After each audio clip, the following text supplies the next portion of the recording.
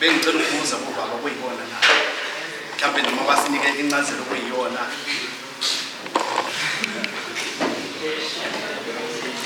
Angibingele bafowethu. Mhlawumbe ngiqala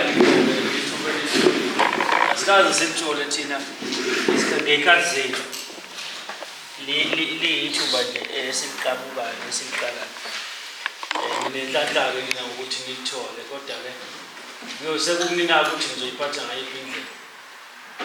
Njengamanje wasithi sakha siyanakha siyanigulisa sigule sibangaka nje thina yonke lezi nkulumo asizazi.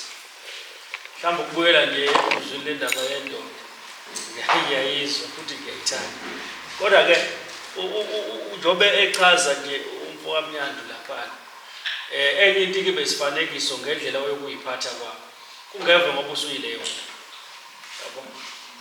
Mangabe nje wenze kahle indoda asikhumbule ukuthi kuthiwa umuntu owenza kahle ngithi so uma wenze kahle kuzothi uyabona-ke wena usuyidoda noma wena uyindoda yabo, not actually ukuthi wena usukuloso sigaba.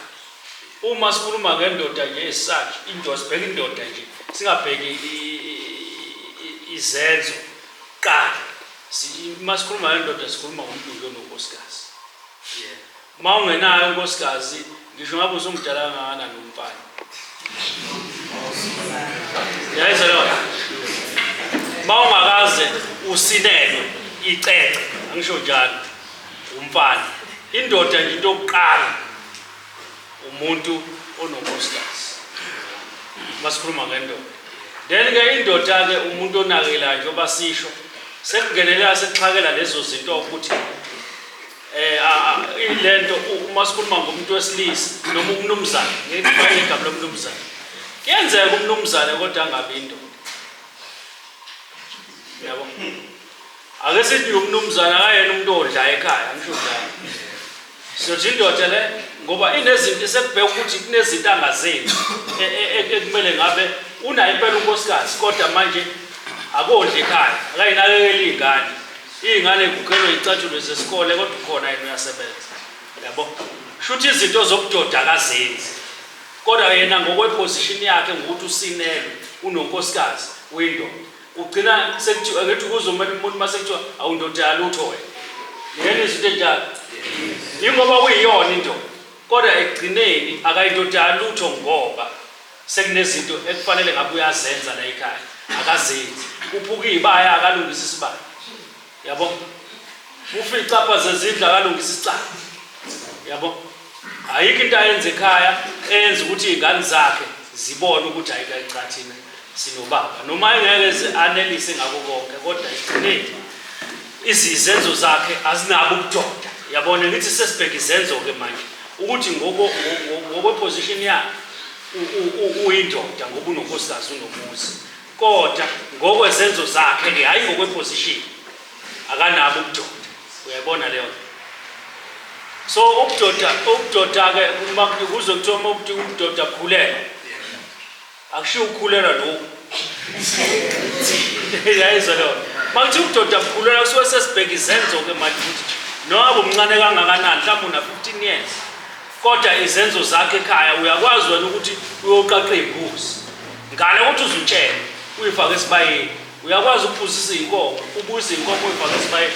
Uyakwazi ukuvuka wena uthathe ingabe spade noma ngabe yini ucente igceke uklina igceke. Yabona izenzo zakho zisho ukuthi wena ukhulile. Yabo. So indoda nje umuntu mase egana ukuthi usekhulile. Yabo.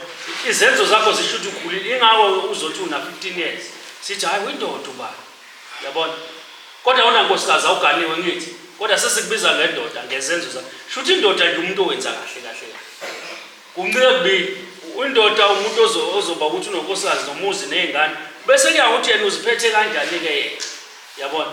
Awukwazi uhamba udakwa ulale emahlathini ulale ehlahleni ungazi ukuthi ulelephi ekhaya ubuye uzolwa ekhaya ubise unkosikazi nenga meke kwaqhamuka wena into hayi cisha TV hamba nolala nangu babone ngeke.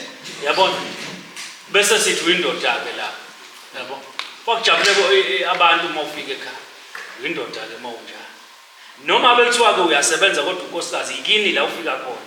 akujatshulwe phela ukuthi hayi usibani banje obethole lento katholile sesithokozile ngayo ngale ukuthi uzoba ubaba wale ekhaya wona hawu usibani manje uyindoda ngezenza azenzayo la yabona ukuthi umnumzane kuyenzeka angabi indoda kodwa indoda yohlezi kumnumzane yahambisana makusuka ngapha kodwa akuhambisani makusuka ngapha ngoba kusencika ukuthi izenzo zomuntu zingazi noma ngibeka kahle